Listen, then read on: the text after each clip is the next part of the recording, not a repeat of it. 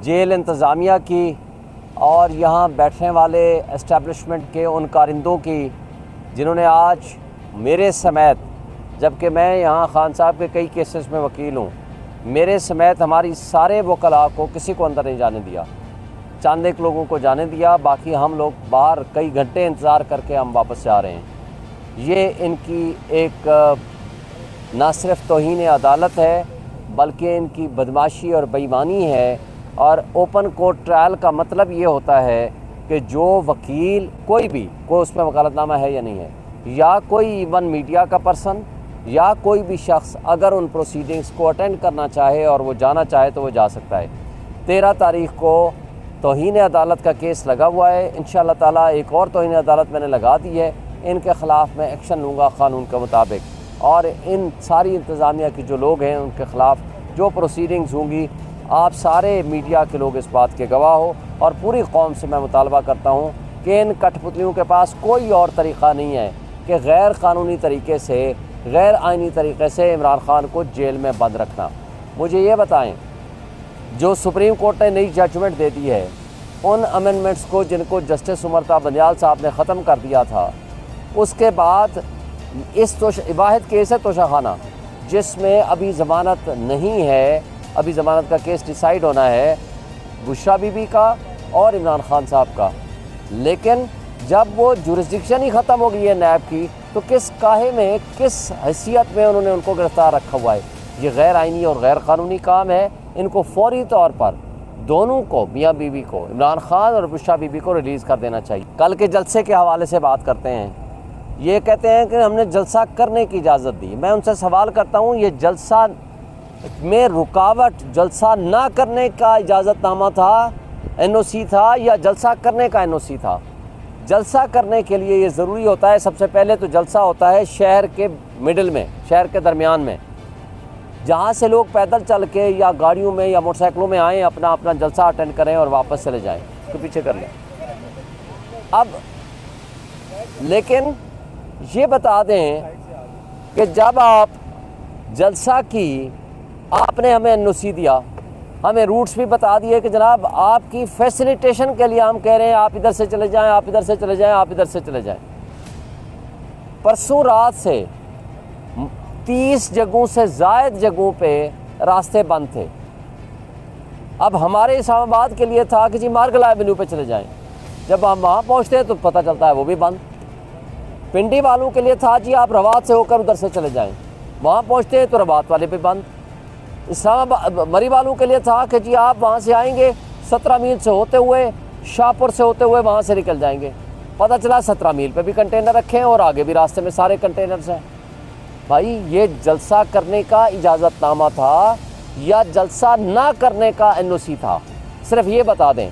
लेकिन इस सब कुछ के बावजूद, इन कठपुतलियों की हरकतों के बावजूद और इनकी ग़ुलाम ब्यूरोक्रेसी की घटिया और तौहीन अदालत की जो कार्रवाई करेंगे हम उनके ख़िलाफ़, कल कंटेम्प्ट ऑफ कोर्ट लगी हुई है DC के ख़िलाफ़ भी, बाकी लोगों के ख़िलाफ़ भी, हम वहाँ भी बताएंगे। इन तमाम तर हरकतों के बावजूद भी आपने देखा पूरे पाकिस्तान से हलीम आदिल शेख पूरा काफ़िला लेकर आया, वहाँ से सिंध से लाखों की तादाद में लोग पहुँचे, और हलीम आदिल शेख के काफ़िले को जो 4 घंटे का सफ़र है सक्खर तक, सिंध के काफ़िले को 16 घंटे में सक्खर तक आने दिया गया। सिर्फ ये मकसद था कि रुकावटें पैदा करें। फिर वहाँ से आपने देखा पिंडी इस्लामाबाद के सारे रास्ते, एंट्री एंड एग्ज़िट पॉइंट बंद थे। भाई आए कहाँ से? इसके बावजूद आपने देखा कि लाखों की तादाद में लोग पहुँचे, और ना सिर्फ पहुँचे, इतना जज्बा और जुनून अपने लीडर इमरान ख़ान की सिर्फ एक कॉल पे लोग आए। हालांकि लीडर के बग़ैर हम सारे वर्कर हैं, कारकुनान हैं, अली अमीन गन्नापुर से लेकर हम सारे नीचे तक, हम सब कारकुनान हैं इमरान ख़ान के। लेकिन इमरान ख़ान की मोहब्बत में लोग निकले, और जितने लोग पंडाल के अंदर और इर्द गिर्द लोग मौजूद थे, उससे 2 गुना ज़्यादा बाहर पूरा मोटरवे ब्लॉक था, वहाँ मौजूद थे। और न सिर्फ वहाँ बल्कि सराउंडिंग में इस्लामाबाद और पिंडी की सड़कों पे लोग मौजूद थे। अल्हम्दुलिल्लाह ये एक कामयाब तरीन जलसा था। लेकिन उन कठपुतलियों को शर्म नहीं आती कि इतने पक्के के डाकू बेगैरत हो चुके हैं कि इनको शर्म व हया ख़त्म हो गया है। कह रहे हैं कि जलसा तो था ही नहीं जी, ऐसी जलसी थी जी, फलां बातें थी। भाई तुम अपनी हरकतों को तो देखो कि एक अदालत के हुक्म के 6 अदालतों के अहकामात हैं, उसके बावजूद आपने जलसा करने के लिए रुकावटें पैदा की। लेकिन हम इस पर तौहीन अदालत भी करेंगे, कानून के मुताबिक प्रोसीड भी करेंगे। इस्लामाबाद के तकरीबन तमाम थानों में गैर कानूनी तौर पर हमारे कई वर्कर्स उठाए और अभी तक अंदर रखे हुए हैं। थाना सेक्रेटेरिएट का एक बदमस्त हाथी बना हुआ है, बदमाश बना हुआ है, अशफाक वड़ैच, उसने हमारे परसों से कुछ 11, 12, 13 बंदे उठा करके अभी थाना सेक्रेटेरिएट में बंद कर रखे हैं, अभी तक नहीं छोड़े और कोई कानूनी कार्रवाई भी नहीं की, कोई FIR भी नहीं है। इसी तरह हमें पता चला थाना संजानी में और कई जगहों पे FIR हैं। चक शहजाद के SHO ने हमारे बंदे उठाए और जेलों में बंद कर दिए और कई लोगों के घरों में छापे मारे। ये 3 दिन से यही काम कर रहे हैं और परसों से मोटरसाइकिल बंद किए, कई लोगों को उठा के ले गए और जेलों में बंद कर दिया। इसके बावजूद इसलिए ये किया कि ताकि लोग बाहर ना निकले, इसके बावजूद लोग बाहर निकले। अल्हम्दुलिल्लाह कामयाब हमारा जलसा हुआ। अब ये आखिरी बात मैं करूँगा कि इस वक्त जिस तरह काजी साहब की एक्सटेंशन के लिए और जिस तरह काजी साहब की सुप्रीम कोर्ट में मिनॉरिटी को मेजॉरिटी में कन्वर्ट करने के लिए जिस अंदाज से कानून साजी या आइन साजी के लिए ये हाथ पांव मार रहे हैं, जिस तरह एस्टेब्लिशमेंट और ये कठपुतली मिलके जिस अंदाज से ये रबर स्टैम्प बना रहे हैं पार्लियामेंट को, ये काबिल अफसोस है। हम उसकी शदीद मजम्मत करते हैं, हम उसकी शदीद मुखालफत करेंगे, हम उसके लिए तहरीक चलाएंगे और पूरे पाकिस्तान में लॉयर्स मूवमेंट इंशाअल्लाह उस वक्त से शुरू हो जाएंगी और आपको नज़र आएगा और पूरे पाकिस्तान की आवाम निकलेगी इनके ख़िलाफ़। चूँकि ये कठपुतली समझते हैं कि इस करप्ट सिस्टम को बचाने के लिए उनके यहाँ परसेप्शन है, बल्कि वो ख़ुद बोलते हैं कि जनाब इस करप्ट सिस्टम को तब बचाया जा सकता है जब काजी साहब ऊपर बैठे रहें और ये जो कुछ करेंगे ये गैर आइनी भी होगा, गैर कानूनी भी होगा। और उसके साथ साथ 22 का जलसा, खान साहब ने पैगाम भेज दिया है कि 22 का जलसा लाहौर का हर हाल में इंशाअल्लाह होगा, उसके लिए पूरी कौम तैयार है। जेल इंतज़ामिया की और यहाँ बैठने वाले एस्टेब्लिशमेंट के उन कारिंदों की जिन्होंने आज मेरे समेत, जबकि मैं यहाँ खान साहब के कई केसेस में वकील हूँ, मेरे समेत हमारी सारे वकला को किसी को अंदर नहीं जाने दिया, चंद एक लोगों को जाने दिया, बाकी हम लोग बाहर कई घंटे इंतज़ार करके हम वापस जा रहे हैं।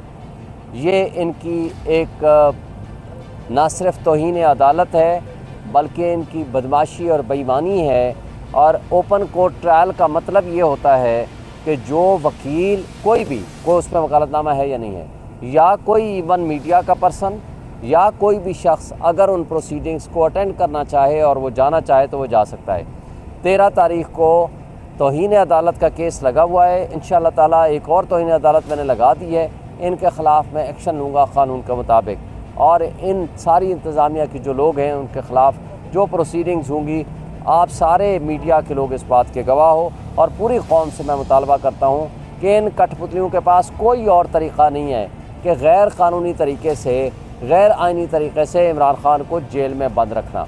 मुझे ये बताएं, जो सुप्रीम कोर्ट ने नई जजमेंट दे दी है, उन अमेंडमेंट्स को जिनको जस्टिस उमरता बंदियाल साहब ने ख़त्म कर दिया था, उसके बाद इस वाहिद केस है तोशाखाना जिसमें अभी ज़मानत नहीं है, अभी ज़मानत का केस डिसाइड होना है बुशरा बीबी का और इमरान ख़ान साहब का। लेकिन जब वो जुरिस्डिक्शन ही ख़त्म हो गई है नैब की, तो किस काहे में, किस हैसियत में उन्होंने उनको गिरफ़्तार रखा हुआ है? ये गैर आइनी और गैर कानूनी काम है। इनको फौरी तौर पर दोनों को, मियाँ बीवी को, इमरान ख़ान और बुशरा बीबी को रिलीज़ कर देना चाहिए।